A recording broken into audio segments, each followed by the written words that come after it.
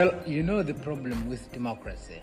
I don't think there is any country in the world which does not call itself democratic. All countries in the world call themselves democratic. It's a matter first of definition, I think mainly of definition and of what we regard to be the essentials of democracy. We certainly ourselves regard ourselves as democratic. We understand why countries used to the multi-party system don't believe that a one-party system can be democratic, or are rather suspicious of the one-party system. We can't, frankly, convince them by sheer argument, philosophical argument, that this is possible. Perhaps the best thing is actually to see this thing in practice. What are the essentials of democracy? The essentials of democracy are that individuals should feel unharassed, that they are actually free in their society. Individual, this is the most essential thing. I never see why an individual should not feel free because of a machinery of election. And the two-party or the one-party is really basically a machinery of election. The second one, when it comes to machinery, is that an individual should feel a true choice of the people he wants to represent him in a government where it's no longer possible for people individually to participate in the government, that you have to select individual representatives. Either sometimes you select parties, sometimes you select individuals. Now, frankly, I don't see why the thing cannot be democratic, simply because sometimes you select a party, which is what the Western countries usually do. And in our own case, you select an individual, the party being given, the party policy being given. So this is the kind of election we went through the other day, and we honestly believe we are independent, and we really ask the old countries at least to be democratic enough, to have a free mind, and to study the new experiments which are taking place in the rest of the world, and this experiment which is taking place now. Good morning, East Africa. Good morning, Tanzania. Good morning, Nairobi, Kenya. Good morning, Kampala, Uganda, Bujumbura, Burundi. Vilevile na kule DRC, Congo, ndugu zetu wa SADC, kule maeneo ya Botswana, Namibia, South Africa. Tunaweza tukaenda mpaka kule maeneo ya South Sudan, Somalia, Central Africa na West Africa. Good morning Tanzania. Good morning. Tunajikita zaidi, bado tupo Tanzania, katika jiji la Dar es Salaam, ambapo mwenyekiti wa Chama cha Demokrasia na Maendeleo Chadema, Mheshimiwa Tundu Lissu, bado ameshikiliwa au yuko ndani kwa makosa ambayo yameandikiwa ya kwamba ya uhaini. Kwa hiyo tunasema good morning Tanzania, pale mwachilieni Tundu Lissu bila masharti yoyote. American Swahili News tulizungumza jana hapa na tumerudi tena leo katika kipindi chetu maalum kabisa, ambapo tutawekeni Tundu Lissu msikilize akiongelea masuala haya ambayo yanaendelea katika nchi yetu ya Tanzania, wakati alipokuwa akitembelea, akifanya ziara katika vyuo vikuu vya hapa Marekani, hususan katika University of South Carolina, Dalamo School of Business, ambapo alikuwa amealikwa na Professor Christopher Yenkin, ambaye anashughulikia masuala wanafundisha masuala ya African Affairs and Government Affairs, ambapo amespecialize katika kuwafundisha wanafunzi kuhusiana na masuala ya rushwa au corruption in African governments. Professor Christopher au Chris Yenkin, huyu wa University of South Carolina, ambaye amespecialize katika masuala hususan katika sub-Saharan countries na serikali za Afrika, hususan hizo za sub-Saharan country, kuhusiana na masuala ya corruption, ambapo Tundu Lissu alikuwa kama mgeni rasmi kutoa lectures katika madarasa mawili, ambapo ni guest speaker au lecturer wa Dalamo School of Business. Huyu Tundu Lissu ambaye anashikiliwa kwa kupewa kosa ambalo halistahili kabisa, la uhaini katika nchi yake anayoipenda ya Tanzania, ambao anajaribu kuzungumzia masuala ya uchaguzi bila kutokuwepo na mabadiliko ya uchaguzi, mabadiliko ya sheria za uchaguzi katika nchi ya Tanzania. Uchaguzi mwaka huu wa 2020 hauna ulazima wowote wa kufanyika. Tundu Lissu huyu ambaye alikuwa amealikwa na Christopher Yenkin akizungumzia masuala haya haya ambayo yametokea sasa hivi mwaka 2025 na alikuwepo Oktoba 23rd, 2023 na hii ilikuwa ni mara yake ya pili kuja Dallamore School of Business katika University of South Carolina, big university ambayo ina wanafunzi zaidi ya 46,000 na ni campus kama mji mzima, na kuna uwanja mkubwa kuliko wa football ambao unaozidi ule uwanja wa Mkapa zaidi ya mara 2. University of South Carolina ambao tumepigwa katika finali za women basketball mwaka huu na UConn USC hapo. Good morning Africa, mtamsikiliza hapa, tutamweka Tundu Lissu, ngoja tumlete hapa kidogo Professor Yenkin. Huyu hapo anamkaribisha Tundu Lissu. Karibu Professor Yenkin. Welcoming our guest for today, Mr. Tundu Lissu from Tanzania.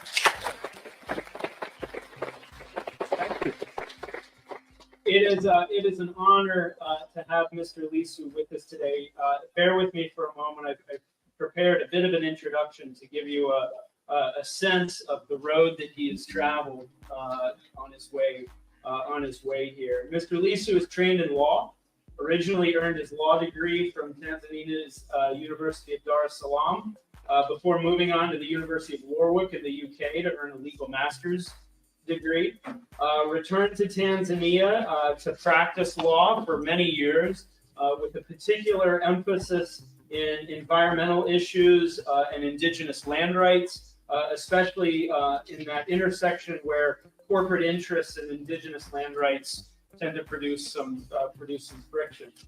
For a short period of time, he served as the president of the Tanganyika Law Society, which is Tanzania's version of our American Bar Association, the national professional association that governs the practice of law. He first entered politics in 2010 when he won the parliamentary seat for his home district, and he held that seat for years until 2019. It was during this time that he rose as a member of the opposition Chadema party and was a vocal critic and continues to be to this day of the governing regime in Tanzania. Among other activities, he was central to the preparation of a report that went public showing how senior officials were stealing money from public funds and even openly criticized then President Magufuli and what he called him a petty dictator. He's also an active scholar. He's currently working on his second book. His first book is out. I will admit I have not read it cover to cover, but I have read the synopsis. I think we're going to hear some of it today, the topic of which is how parliamentary and executive structures of the government facilitate rather than impede corruption. Elements of the ruling party in Tanzania have tried repeatedly to silence him. We're glad you're here. Culminating in an assassination attempt on his life in September of 2017. Leading up to that, in that year alone, he was arrested 8 times. He was struck with 16 bullets, one of which is still in his body. He spent 14 months nonstop in hospitals in Nairobi, Kenya, and in Leuven, Belgium, being treated, and as he told me this afternoon, with a total of 25 surgeries. He still carries his wallet, or has his wallet, that has 4 bullet holes in it. He briefly returned to Tanzania to serve as the Chadema opposition party's candidate for the 2020 political election. Earlier this year, he returned to Tanzania full-time, I believe, returning from exile in Belgium. And just last month, he was arrested and briefly detained on his way to a community organizing meeting around indigenous land rights in the northwest part of the country, I believe it was. Right.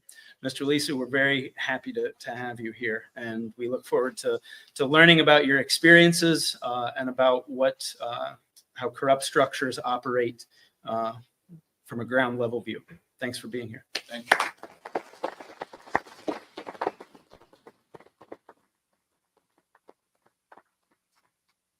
Can I start? You can do anything you want. Probably want to use the Latin. I want to put my notes here or here. Well, that's no.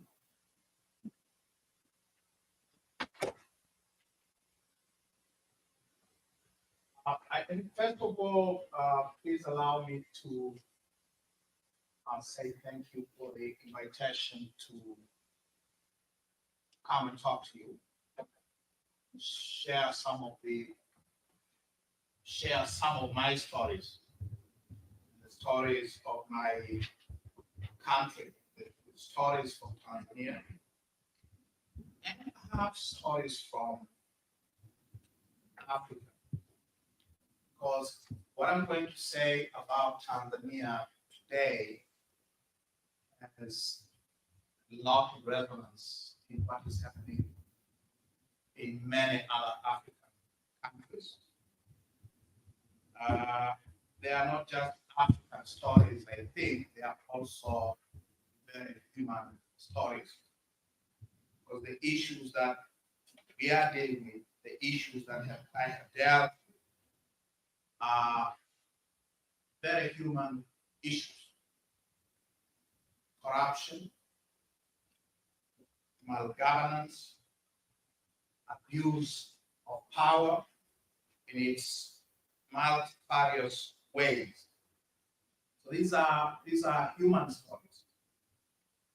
I think they will most likely also, you will also find in them American stories too.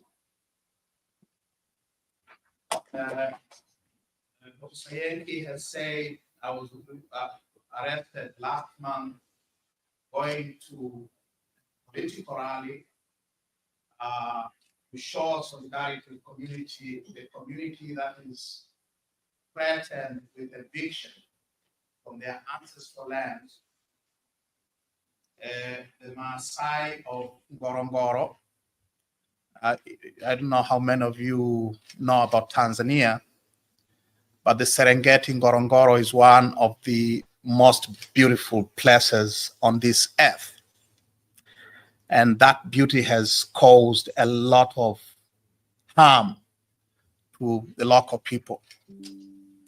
The people who are threatened with eviction today were actually evicted in 1959 to create the modern day Serengeti National Park.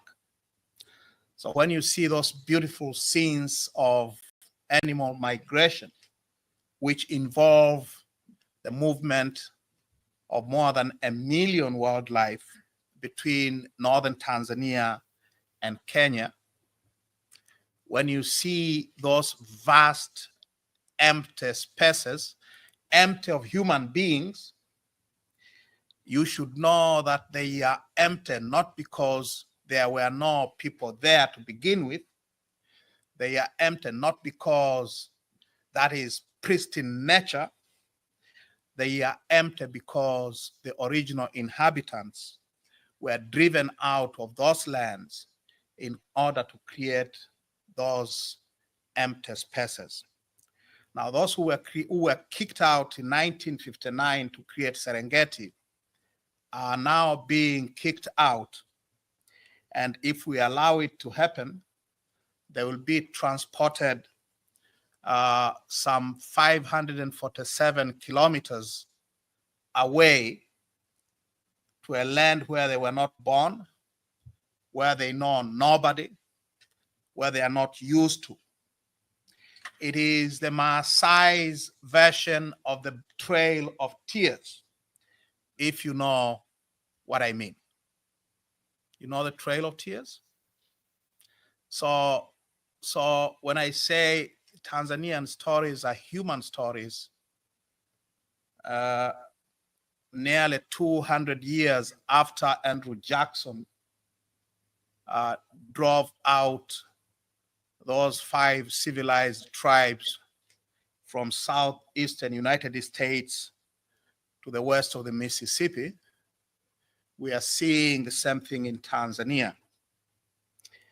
These are human stories. But I want to talk about the structures and institutions, the governance structures and institutions and processes that allow these things to happen.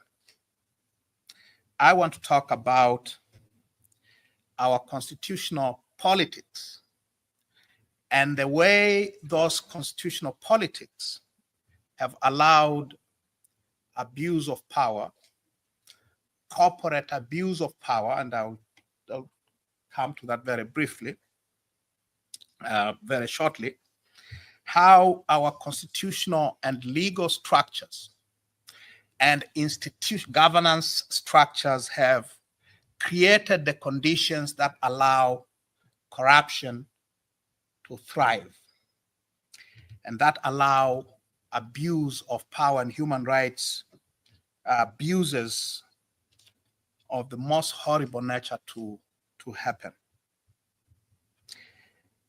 Now, to start with,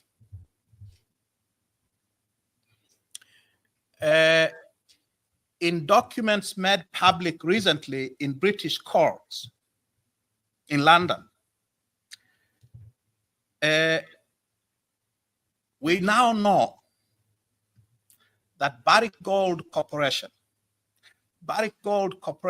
is one of the top 3 leading gold producers in this world. It's a Canadian multinational mining company based in Toronto. We now know, as a result of the publication of those public documents in English courts, that for years, Barrick Gold was paying the Tanzanian police and intelligence and security apparatus to keep the peace in the company's 3 gold mines in Tanzania. Barrick Gold, according to those documents, was paying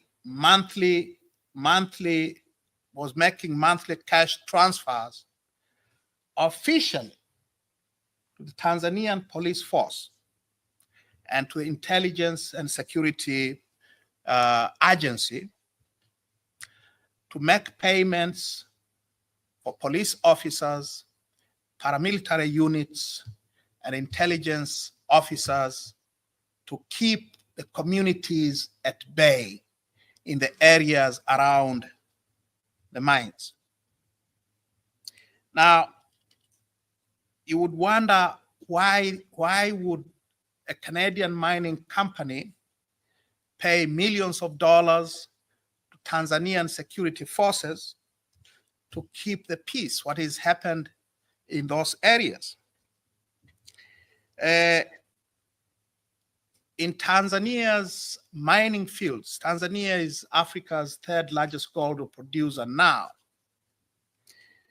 Now, in the process of transforming the country into the 3rd largest producer of gold in Africa involved a state-organized violence against hundreds of thousands of rural people who were living in the lands which are now gold mines owned by Barrick, and tens of thousands of artisanal gold miners who worked those fields before Barrick moved in. So the process of Barrick obtaining the gold reserves that it currently exploits in Tanzania was a very violent one. It involved forcible evictions of perhaps hundreds of thousands of people. My first arrest came on Christmas Eve of 2002, and it was because for 3 years I had led a campaign to expose the human rights abuses associated with those evictions, with Barrick acquiring those areas. So it has been paying millions of dollars to Tanzanian security agencies in order to continue keeping the communities out. when the documents were released a few weeks ago, it made major, it was front page news in one of the leading British newspapers. It was on the Times of London. It was on the Financial Times and so on. It came as a surprise to many. But it did not come as a surprise at all to those of us who had been involved in the fight against this company. It didn't come as a surprise to the thousands, the tens of thousands of communities whose lands were taken away by force to make room for Barrick to build its gold mines. In other words, we have known for years that for Barrick to operate, they have had to pay off a lot of people within the government of Tanzania. They have had to pay a lot of people within our security agencies. So it didn't come as a surprise to us at all. The mere fact that the proceedings that led to the publication of these documents in London, instead of perhaps Dar es Salaam, should tell you something about Tanzania. I spent more than a decade trying to prosecute Barrick in our courts. It didn't work at all. It didn't work at all. I didn't get nowhere. It couldn't get a hearing anywhere in our courts. Couldn't get any sympathy anywhere within our government or the press. And then we realized that maybe we have to find ways of fighting them in courts where there is a possibility of getting a hearing. And that's how we went to Great Britain. So cases that have been filed in the UK have led to publication of these documents. And there is a lot of stuff that has come out as a result. And perhaps those who could not get justice in Tanzanian courts may get justice in British courts after all. It is because our courts are part of the problem. Our courts are thoroughly corrupt, and they have been corrupted by these big corporate players such as Barrick. Now, I said I want to talk about the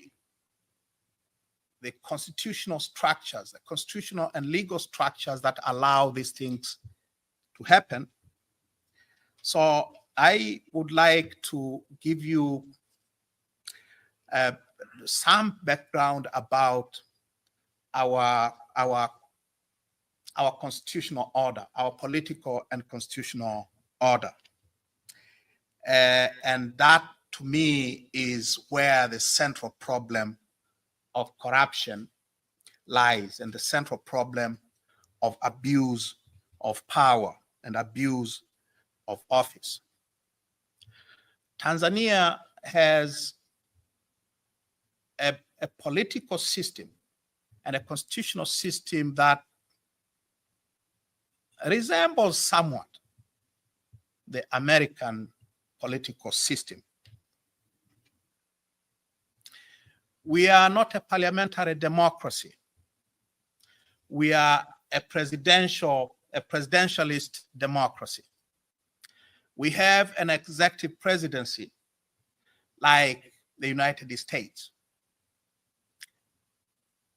We don't call ours a Supreme Court, but we have our version of a Supreme Court. It is called the Court of Appeal of Tanzania. It is both an appellate court as well as a court of original jurisdiction. we have parliament. It is not a two-chamber parliament like your Congress. It is a single-chamber parliament. Now, where is the problem? The problem is Tanzania's constitutional order, our constitutional order, is built around the presidency. Our president and our presidency has been described by constitutional scholars as an imperial presidency. An imperial presidency in the sense that the Tanzanian president enjoys the kind of powers, of constitutional powers, that were enjoyed by European monarchs of the time before the 19th century revolutions, the age of revolutions in the 1840s and so on. Our president enjoys absolute powers. Our president is not only a head of state, he or she, now we have a she. Can I have some water? Is that possible? Yeah, please. Okay, thanks. I'm sorry. Our president, now it's a she, enjoys the kind of powers that are similar to the powers that 18th century European monarchs enjoyed. Unlimited powers. She's the head of state. She's the chief of government. She's the commander-in-chief of the armed services, of all of our armed services, including prisons and the police force. Our police force is a national police force. As a head of state, the Tanzanian president is also part of parliament. Our constitution is our parliament is divided into two parts. You have the House of Representatives. It is called National Assembly, composed of elected, semi-elected, and unelected members. And the other part is the president. Now, you only find that model in Britain. You only find that model in imperial Britain. The British king is always a part of British Parliament. Now, our president is part of our parliament. So when we say imperial presidency, in fact, it is literally true. Our president has powers and privileges and prerogatives that are similar to British kings or British monarchs. So she is now, but she is part of parliament. She not only assents to bills that are enacted into laws, she also gets to appoint a certain number of members of parliament. So our parliament, unlike the House of Representatives here or Senate, our National Assembly is made up not only of members elected in constituencies, it also is composed of members who are appointed by the president, 10 of them. As head of state, our president has power not only to summon parliament to sit or to prorogue it. To prorogue is to send it home. Our president has powers to even dissolve the National Assembly. He can dissolve our parliament. I wonder if the President of the United States has powers to dissolve Congress. Ours does. If our parliament passes a law that the president does not like, he can veto it. The parliament has power to override that veto. If the president still doesn't like the law, he has power to send parliament packing. So in terms of the relationship between the presidency and the legislature, the shadow of the president towers over our legislature. There is no check and balances there. The president has more influence, even inside parliament. As chief of government, the president of Tanzania appoints anyone of consequence. He appoints, again, now that she's a lady, she appoints all ministers and their deputies. She appoints all heads of government departments, heads of independent institutions of the government, like public universities. She appoints local, district, and regional administrators. She appoints all judges and other senior judicial officers and administrators. She appoints all members of constitutional commissions, constitutional or statutory commissions, commissions such as the National Electoral Commission. So she gets to appoint the heads and members of the Electoral Commission, the Judicial Service Commission, every commission that you can think of. Its chairpersons and members are appointed by the president, and they are chief executives. She appoints the clerk of the National Assembly. The clerk of the National Assembly is the chief executive officer of parliament. She appoints all the service chiefs, the armed forces, and commanders of individual units of the armed forces. She appoints the police chiefs and senior police officers. And the Constitution declares that for those public servants who are not directly appointed by the president, they are deemed to be appointed by her and they work on her behalf. So think of a clerk or a cleaner in a courtroom somewhere in rural Tanzania, and she's deemed by our Constitution to be appointed by the president, and she works on behalf of the president. Because the president appoints all judges, you can be sure that our judiciary is not independent at all. She not only appoints judges, she is also the ultimate disciplinary authority over all judicial officers.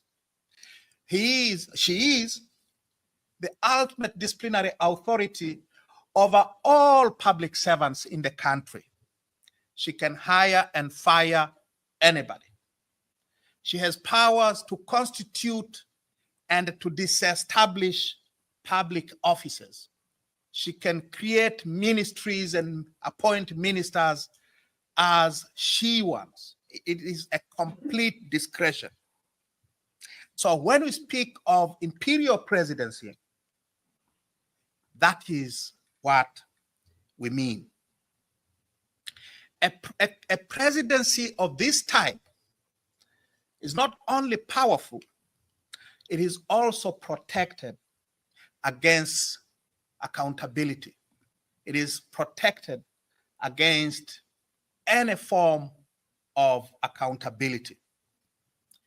Our president cannot be charged in court with any crime for anything she or he might do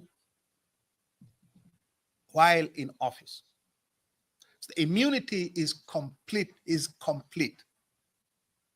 What is happening now here with Donald Trump is unheard of in Tanzania.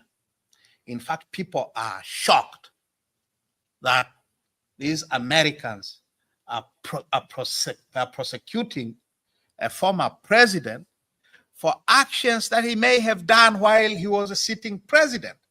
That is unthinkable for a country like Tanzania, because the president enjoys complete immunity from prosecution. And that is why you have a spectacle of a former president, Benny Mkapa. He was our third president.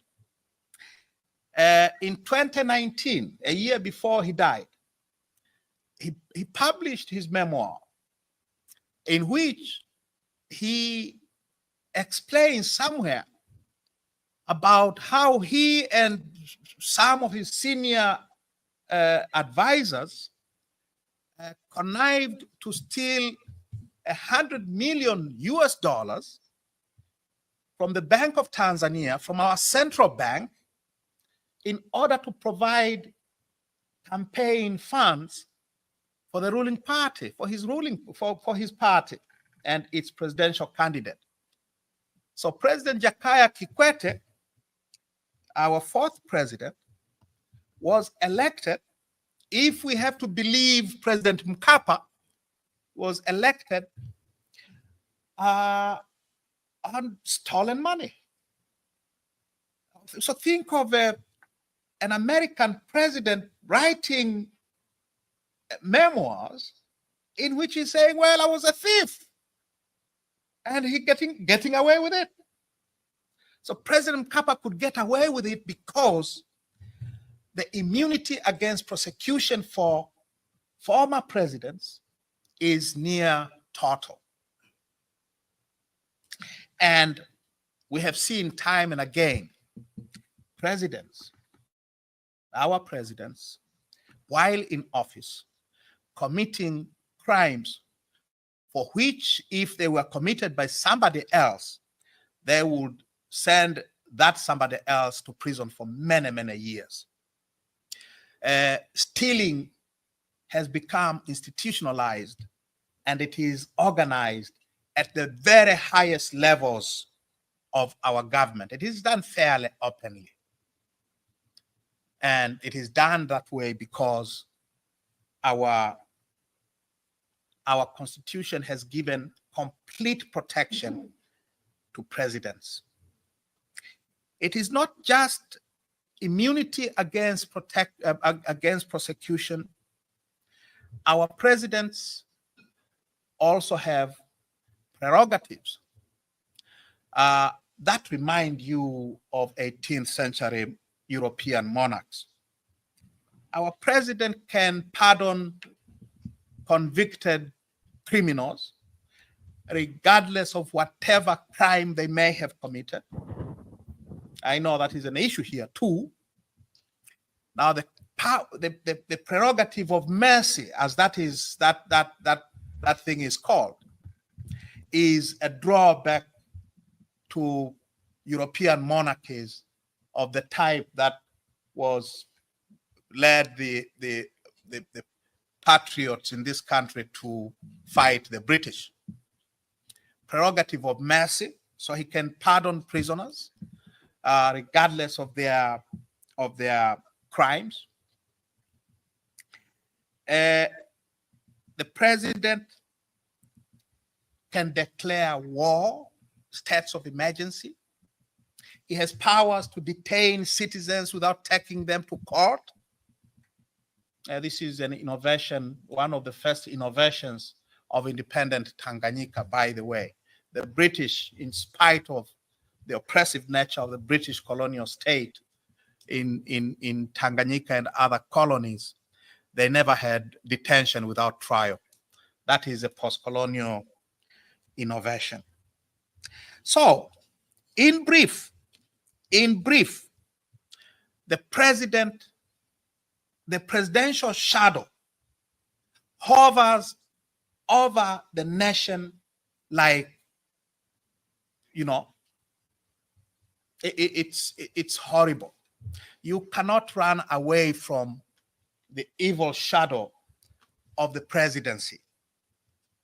Our president has near total control of the electoral process. She gets to appoint members of the National Electoral Commission and its chief executive officer, as well as those who declare results in a presidential election, the returning officers in electoral districts. Our law requires local government executives to be returning officers in general elections, and all of these are presidential appointees. So the entire machinery of elections is controlled by the president. Oh boy. Sasa hapo ndipo tumesimama hapo ambapo amezungumzia katiba yetu inapompa mamlaka Rais wa Jamhuri ya Muungano wa Tanzania katika maeneo sasa ya uchaguzi, ambapo tupo katika kipindi cha uchaguzi kicha no reform no election, na alikwenda zaidi na kuelezea hii katiba yetu hii ya sasa hivi ambayo inampa Rais wa Jamhuri ya Muungano wa Tanzania kuchagua hii tume hii inayoitwa Tume Huru ya Uchaguzi, ambao bado inampa rais mamlaka ya kuchagua mwenyekiti, wajumbe pamoja na mkurugenzi wa tume ya uchaguzi. Rais huyu wa Jamhuri ya Muungano wa Tanzania, katiba ndio inavyozungumza hivyo. Sasa na huyu rais huyu anaweka hawa watu wake anaoona wanafaa, na rais huyu ndiye mgombea wa kiti cha urais kupitia Chama cha Mapinduzi. Sasa tutaendelea kesho tuone, au tutaonyesha wanafunzi waliokuwepo darasani pale walivyoshangaa.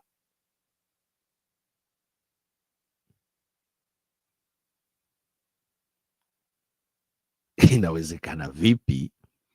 Mfano, kama kungekuwa kuna mfumo wa uchaguzi wa Marekani hapa, Trump anachagua National Election Commission. Haipo, hakuna kitu kama cha National Election Commission hapa Marekani. Kuna hiki kitu kinaitwa Election Board. Watu wanaomba nafasi kuingia katika bodi ya commission ya uchaguzi. Private citizen. Uchaguzi hapa Marekani unasimamiwa na private citizen, watu wa kawaida tu ambao hawako affiliated na chama chochote kile cha siasa, wanaomba kwenda kufanya kazi katika election board. Katika county level, labda tuseme tarafa Tanzania au wilaya, wanakuwepo hao watu wanaomba kazi, wanachaguana wenyewe huko kwa kuangalia sifa na kuangalia background za hawa watu, pamoja na kuangalia their credit history za watu, criminal records, credit history zao, na kuangalia kama hawana criminal records. Private citizen. Lakini Tanzania rais anawachagua hawa watu, kama Mheshimiwa Tundu Lissu, kama mlivyomsikia alivyokuwa akitoa ili somo hapo. Tujifikirie sisi wa Tanzania, tujifikirie katika karne hii ya 21, sisi ni binadamu aina gani ambaye tumemtengeneza rais wa Jamhuri ya Muungano wa Tanzania eti kama Mungu. Lakini sio wa Tanzania wote milioni 62 ambao wanaamua, ambao wanavyofikiria hivi kwamba rais wa Tanzania ni Mungu. Ni kikundi kidogo cha watu wachache kinachomzunguka rais, ambacho kinapata hizi tunaita perks au benefits, na kumshauri rais wa Jamhuri ya Muungano wa Tanzania katika karne hii vibaya, ili wao na wenzao wanaozunguka wale, sio Tanzania mamilioni, wachache wao waendelee kunufaika na hizi wazungu tunaziita perks au benefits.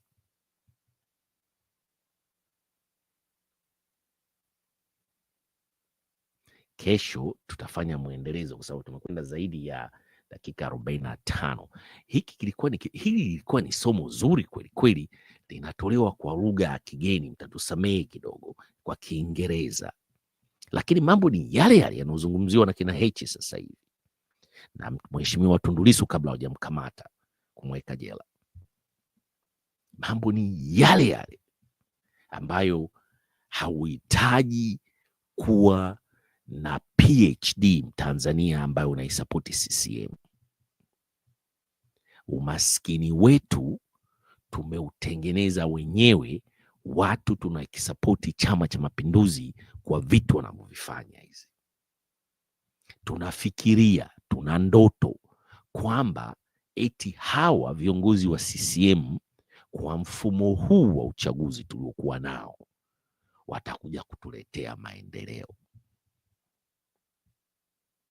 Tuna ndoto hizo, wazungu wanasema dream, ambayo tumepewa na kutengenezewa na hawa viongozi wa Chama cha Mapinduzi. Sasa tujiulize, mwaka 1958 na 59 na 60 na 61 yalizungumzwa maneno haya haya ya kuwaondoa wakoloni ili kuja kuleta maendeleo katika nchi yetu.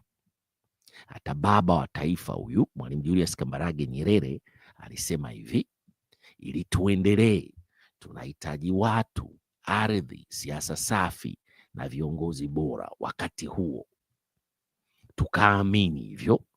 Hebu tuseme tu kwamba tunaamini sasa hivi maneno aliyozungumza baba wa taifa yalikuwa sawa wakati huo wa miaka ya 58, 59 na 60. Sasa je, katika mwaka huu wa 2025 kama kweli tuna watu ndio wapo maskini kweli kweli, ardhi tunayo ambayo Heche anazungumza kweli kweli, tuna ardhi kubwa kweli kweli ambayo imebarikiwa na imependelewa na Mwenyezi Mungu. Hatuna siasa safi na uongozi bora. Kama tungekuwa na siasa safi na uongozi bora, Mheshimiwa Tundu Lissu asingekuwepo Keko. Lakini kitu gani kinakosekana kati ya hivyo vitu vinne ili kuondoa ujinga, maradhi na umaskini wetu katika nchi yetu ya Tanzania? Tunazungumza tu na mifumo mizuri ya uchaguzi, tuweke viongozi ambao labda wana maarifa ya kutuwezesha kutuondolea maradhi, ujinga na umaskini wetu. Tukibadilisha mifumo yetu ya uchaguzi na wananchi wakachagua viongozi wanaowataka, kama baba wa taifa tulivyomwanza kumcheza mwanzo hapa katika kipindi chetu hiki cha Good Morning Africa, Good Morning East Africa, tukaweka viongozi wenye maarifa ambapo wanaweza kutuondolea ujinga, maradhi na umaskini tuliokuwa nao zaidi ya miaka 63 hivi sasa hivi.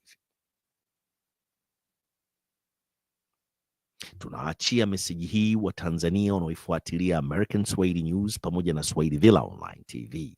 Wakae chini, wafikirie katika kipindi hiki cha Good Morning Africa, Good Morning East Africa, ambapo ni asubuhi saizi. Wa Tanzania wengi wanaelekea makazini, kufikiria swala hili kwamba tunahitaji viongozi wenye maarifa ambao watatuondolea ujinga, maradhi na umaskini. Na tuna watu, tuna ardhi, hatuna uongozi bora na siasa safi Tanzania. Haiwezekani sisi Tanzania ambao Mwenyezi Mungu ametupendelea kweli kweli, tuna ardhi, tuna kila kitu katika chini ya ardhi, tuna ardhi yenye rutuba, tuna watu zaidi ya milioni 62, lakini mpaka leo hii tuna matatizo katika kufikia wakati wa uchaguzi.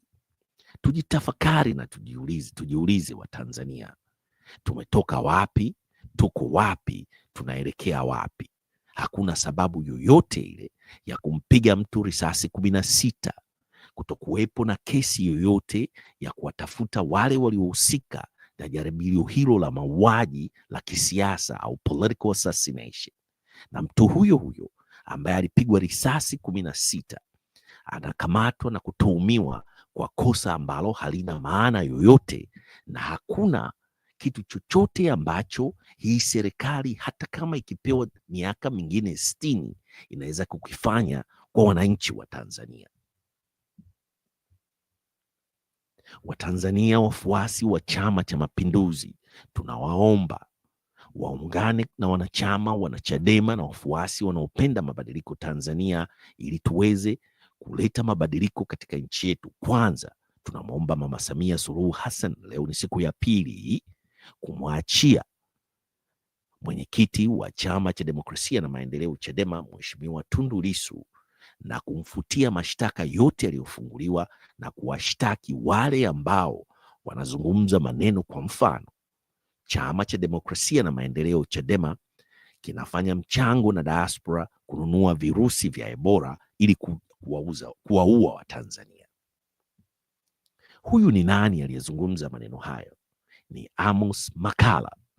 Tunaomba serikali hii ambayo imejiingiza madarakani isivyo kihalali mwaka 2020 imchukulie hatua huyu Amos Makalla kwa kumkamata na kumwondoa katika nafasi yake ya ukatibu mwenezi wa Chama cha Mapinduzi kwa kuyazungumza hayo maneno ambayo ni hatari kweli kweli, ambayo inaweza kaleta mchanganyiko na kutokuelewana kwa Watanzania hapo na vile vile mataifa ya nje, hususan ya huku magharibi. Mpaka leo hii huyu Amos Makalla bado anaendelea kuwepo katika nafasi yake kama mwenezi wa Chama cha Mapinduzi, na hatuelewi serikali ya Chama cha Mapinduzi inaipeleka hili taifa katika sehemu gani au katika mwelekeo gani katika kipindi hiki. Kwa hiyo basi tunamalizia kipindi chetu cha Good Morning Africa, Good Morning East Africa kwa kuombeni Watanzania wote ambao mnaitakia nchi yenu wanasema nini, amani, lakini sisi tunazungumzia haki ya Mtanzania na haki ya Tundu Lissu. Tundu Lissu aachiwe na asifunguliwe mashtaka yoyote na wala asipelekwe mahakamani hiyo tarehe 24 ya mwezi huu ambapo anatakiwa kwenda mahakamani. Kwa hiyo basi tunamalizia kipindi chetu cha Good Morning Africa, Good Morning East Africa kwa kuombeni. Dr. William Cheno huyo anasema sure. Kwa kuombeni kwa wale ambao hamjasubscribe, nendeni mkasubscribe, mshare na kulike video zetu kupitia katika kipindi chetu hiki cha Good Morning Africa, Good Morning East Africa, Good Morning Africa. Mtangazaji wenu wa siku zote Dr. Patrick Nikula wa American Swahili News pamoja na Swahili Villa Online TV, ambapo tunakuja moja kwa moja live kutoka katika studio zetu za hapa Columbia, South Carolina. Tunaomba Tundu Lissu aachiwe huru. Wale ambao mnaelekea makazini, naona tunajua leo huko Tanzania ni siku ya Jumanne, nendeni msambaze upendo, mpendane na muombe Mama Samia Suluhu Hassan amwachie Tundu Lissu haraka iwezekanavyo, na tuendelee na maisha Tanzania, tuelekee katika uchaguzi ambao utakuwa ni uhuru na haki. Tufanye mabadiliko katika maeneo yetu, maeneo yote yale ambayo yanaombwa na Chama cha Demokrasia na Maendeleo Chadema yafanyiwe mabadiliko haraka kabisa, ili waingie katika uchaguzi ambao serikali hiyo ambayo itakaoshinda uchaguzi ili iweze kutambulika katika mataifa, katika ulimwengu wa kimataifa na au international community. Bila kutambulika katika international community hakuna kitu kinachoweza kwenda hapo katika nchi yetu ya Tanzania. Tutarudishwa nyuma zaidi ya miaka 20 au 30. Kutatokea matatizo makubwa kabisa katika nchi yetu ya Tanzania, na tunataka tujaribu tutumie busara na hekima, tumwachie Tundu Lissu, yafanyike reforms katika elections, ufanyike uchaguzi wa uhuru na wa haki katika nchi yetu ya Tanzania. Tunamalizia kipindi chetu hiki cha leo cha Good Morning Africa. Good morning, producer, kama ambao sio sahihi, tuangalie kitu gani hapa na nani mwingine tena. Nayo amesema free Tundu Lissu, ale Sago free Tundu Lissu. Nani mwingine tena ambaye tujamweka hapa. Kwa hiyo kesho tutamalizia hii speech ya Tundu Lissu ambapo alikuwa akizungumza katika Dalamo School of Business, na vile vile tunaombeni ambao msubscribe, nendeni mkasubscribe American Swahili News pamoja na Swahili Villa Online TV na turn on your notifications. Kesho tunakwenda kumalizia hotuba hii ya Tundu Lissu aliyotoa October 23rd, 2023, ambayo inashabiana kabisa na haya ambayo yametokea sasa hivi. Tunasema peace, sambazeni upendo moja kwa moja kutoka katika studio zetu za hapa Pombe pamoja na kule Washington DC. Mtangazaji wenu wa siku zote Dr. Patrick Ligula wa American Swahili News pamoja na Swahili Villa Online TV. Peace.